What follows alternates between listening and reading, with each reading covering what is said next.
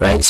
Phishing attack ni aina ya cyber attack ambayo hackers kazi yao ni kusteal sensitive information. Nikisema sensitive information ni zile information kama username, passwords, credit numbers, bank accounts na information nyingine tofauti ambazo zina uwezo wa kumruhusu hackers kupata access ya hiyo account yako au kupata access au kuiba pesa zako, si ndio?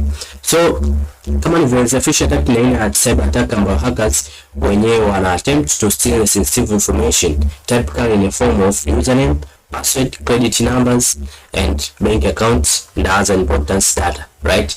Na mfano wa structure ambayo yani organism ambayo inatokea kipindi hackers huwa anahaki au kipindi anafanya hiyo phishing attack inakupa kama hivi. Huu ni mfano ambao hackers huwa hackers wanatumia njia ya phishing attack kupata hizo sensitive information, right? Let's say huyu ndiye hacker, ndio, afu huyu ndio user, tuseme, ushanielewa? So hackers ana create kitu kinaitwa suspicious link, right? Lakini kwenye mfano hapa anasema hackers ana send an email to the victim.